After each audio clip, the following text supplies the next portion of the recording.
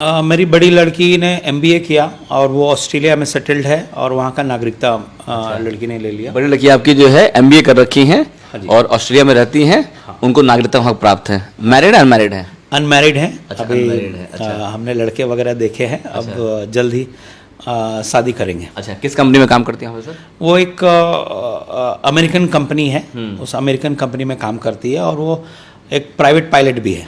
अच्छा, private pilot मतलब क्या हुआ?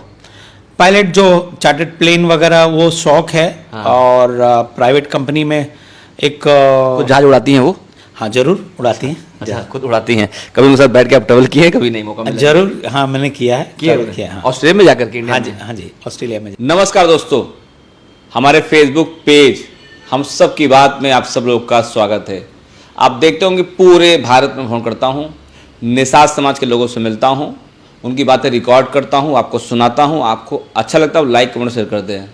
इस समय मुंबई महाराष्ट्र में हूँ और मेरे साथ में राजेंद्र बिंद जी हैं, देख सकते बैठे हुए सर हैं। इनसे मिलते हैं, बात करते हैं। पूरा वीडियो पक्का आपको अच्छा लगेगा। सर मैं बैठ जाऊँ?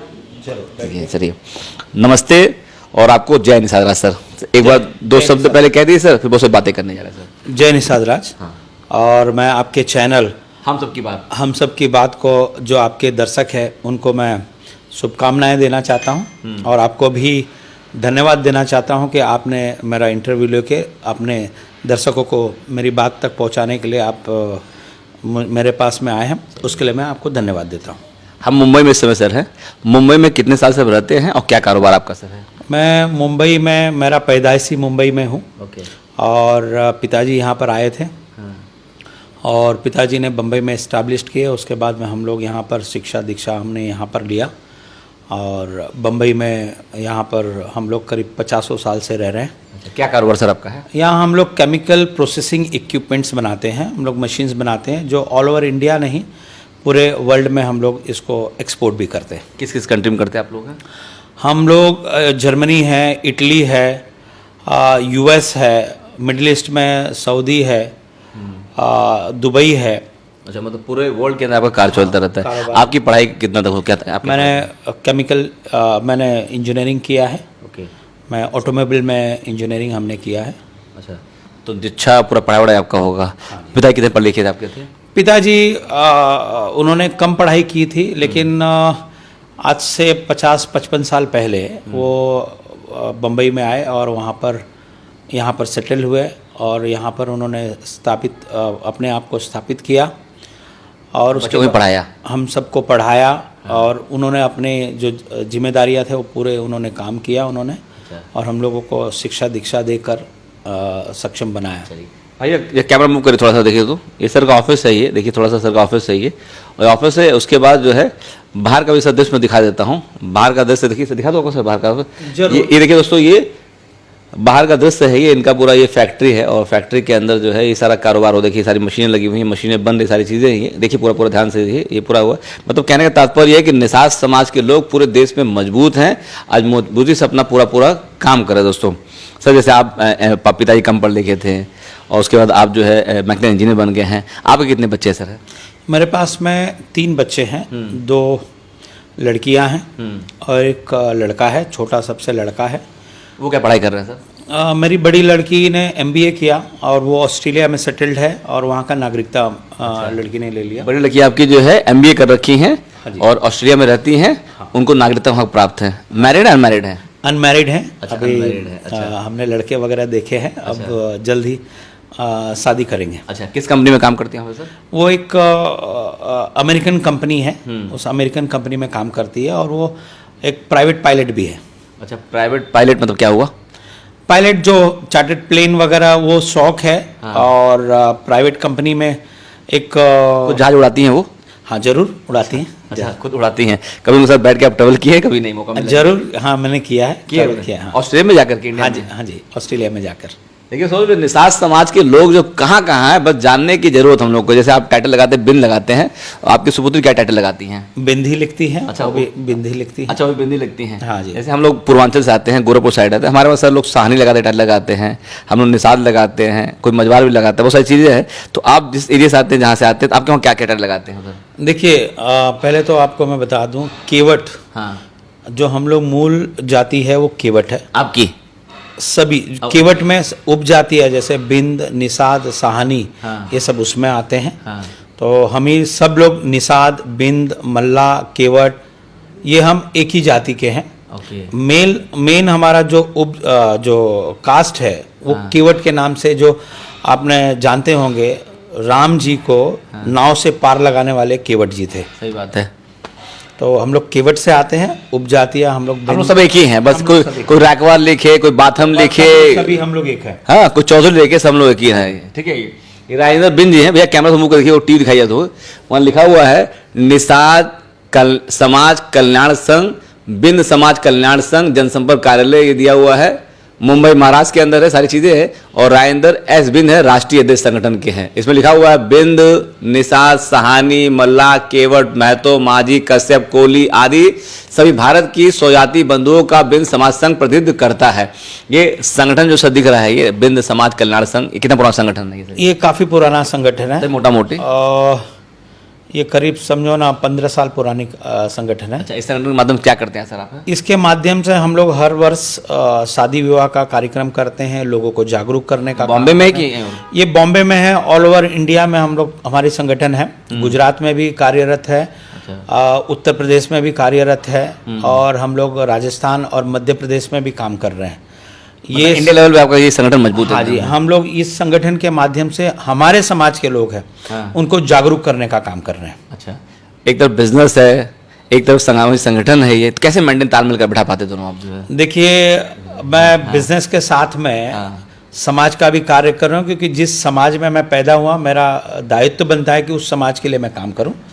तो मेरा दायित्व को निभाने के लिए मैं अपने बिजनेस को संभालते हुए संगठन का भी कार्य कर रहा हूँ। जब भी मुझे वक्त मिलता है, मैं समय निकालकर हमारे समाज का उत्थान के लिए काम करता हूँ।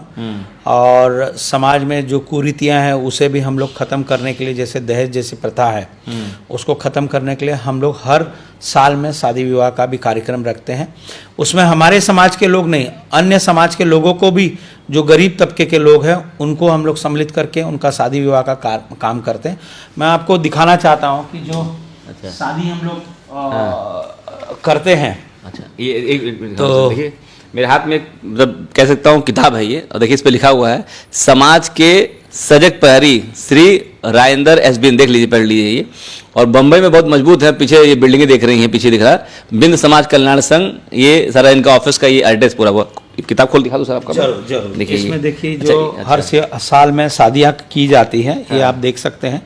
अच्छा, आपके संगठन के द्वारा? हाँ, हमारे संगठन के द्वारा। तो इसमें आर्थिक मदद भी करते हैं आप लोग, कैसे क्या? जरूर, जो भी जोड़ियां हैं, हम लोग उनको पूरा घर का सामग्री देते हैं, करीब 50-60 हज़ार रुपये का सामान देते हैं।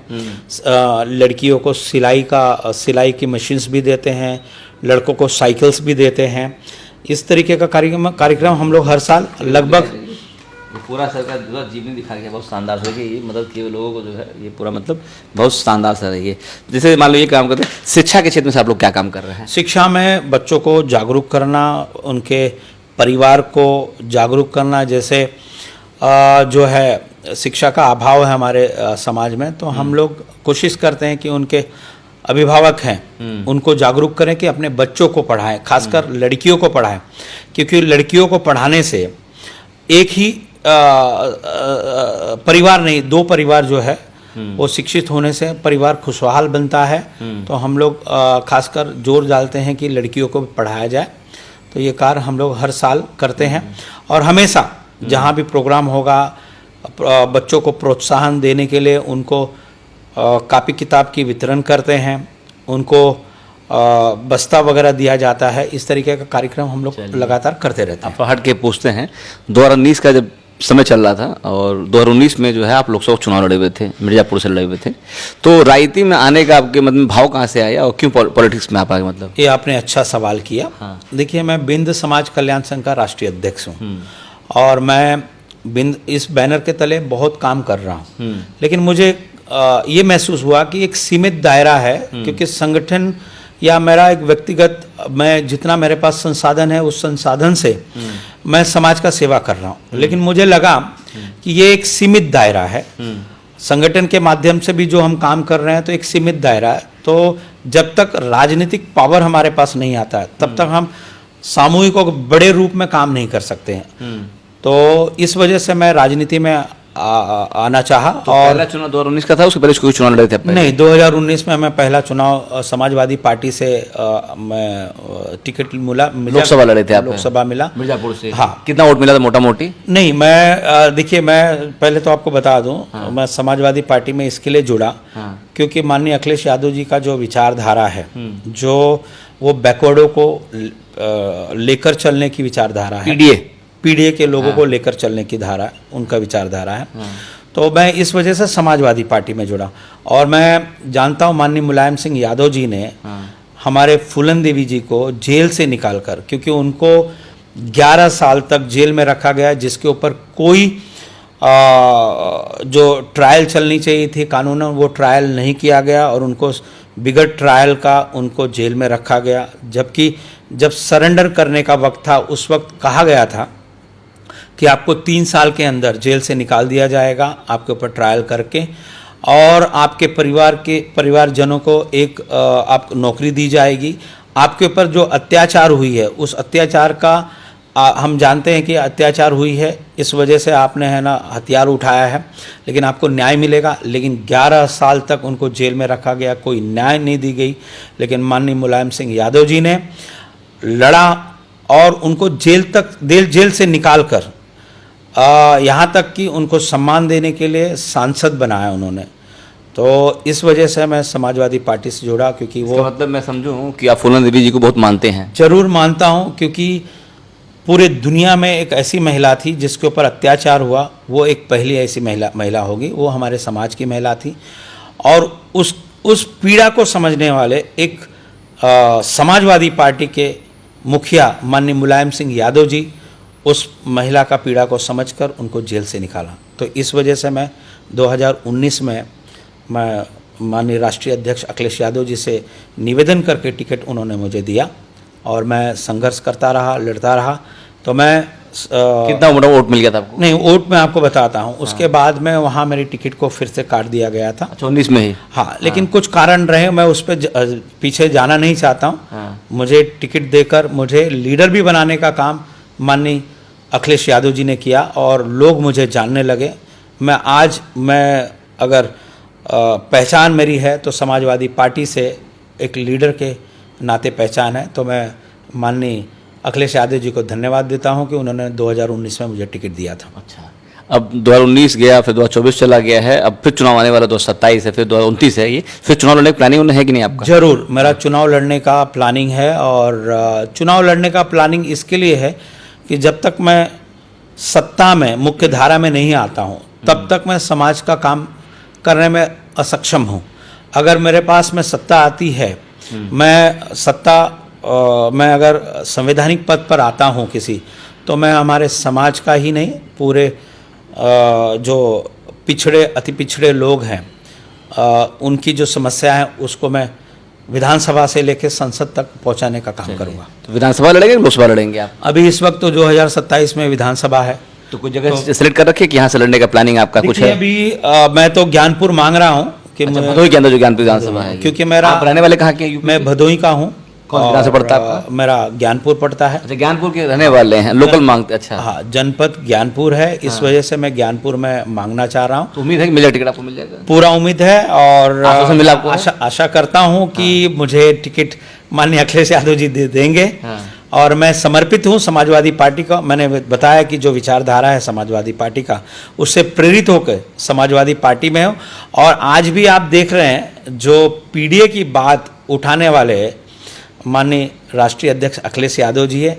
और मैं मुकेश सहनी जी को भी जो है इस आपके मंच के, आपके इस चैनल के माध्यम से उनको धन्यवाद देना चाहता हूं कि इंडिया गठबंधन के साथ में वो हमारे पीडीए के साथ में, हमारे इंडिया गठबंधन के साथ में जुड़कर जो बिहार में आंदोलन में वो सम्मिलित हैं, राहुल गांधी जी के साथ में, तेजस्वी यादव जी के साथ में और माननीय अखिलेश यादव जी के साथ में और अन्य जो लीडर हैं उनके साथ में मिलके मुकेश सहनी जी जो है समाज की जो बात कर रहे हैं, उसके लिए मैं मुकेश सहनी जी को बहुत बहुत धन्यवाद दूंगा।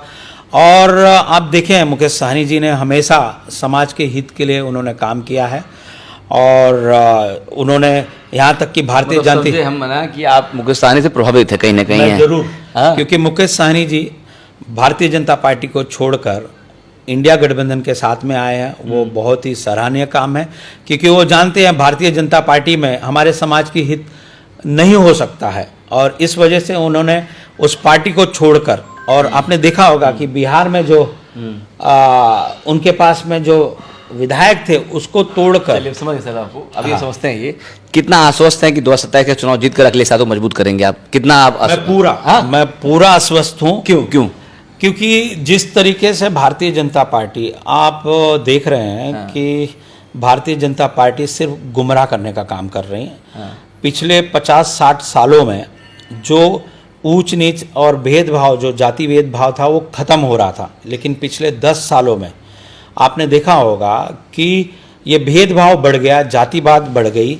आज ऐसा है, आप हर जगह ये घटना देख रहे हैं, कोई उच्च जाति का व्यक्ति जो है, छोटी जाति, जो शूद्र जाति के लोग हैं, हम पॉलिटिकल बात नहीं करेंगे। हम समझ आपकी जो है, आप कहीं ना कहीं समाजवादी पार्टी से प्रभावित है, और आपको पूरा जो आश्वस्त किया गया है कि 2027 में आपको ज्ञानपुर से चुनाव लड़वाया जाएगा, और आप कह रहे हैं चुनाव जीत करके समाजवादी पार्टी को मजबूत करेंगे, और आप जो है देख करके कुछ काम करेंगे। देखिए, मैं ये पॉलिटिकल बातें नहीं कर रहा हूँ, जनरल जो बातें हैं, क्योंकि जो अत्याचार हो रही है वो दिख रहा है और लोग भी जान रहे हैं, तो इसका जवाब लोग देंगे, अपने वोट की ताकत से देंगे, अपने वोट की ताकत से देंगे। ठीक है दोस्तों, देखिए मैं सब बंबई में था, और राजेंद्र बिंद हैं, एक संगठन के राष्ट्रीय अध्यक्ष भी हैं, और लोकसभा का चुनाव लड़ चुके हैं, और बंबई में बहुत मजबूत हैं, और पढ़े लिखे व्यक्ति हैं, उनके परिवार में भी बहुत सारे पढ़े लिखे व्यक्ति हैं ये, और अच्छा काम कर रहे हैं। बंबई के मीरा रोड के अंदर रहते हैं, इनकी फैक्ट्री है, मैं देखा, बहुत शानदार लगा। सर बहुत बहुत धन्यवाद। मुझे लगता है कि मेरे माध्यम से आपको और जानेंगे, और आपके बारे में लोग सर्च करेंगे। अगर आपको सर्च करना किसी को है, आपको जानना है, तो यूट्यूब फेसबुक पर क्या लिखेगा तो आप आ जाएंगे सर। मैं राजेंद्र एस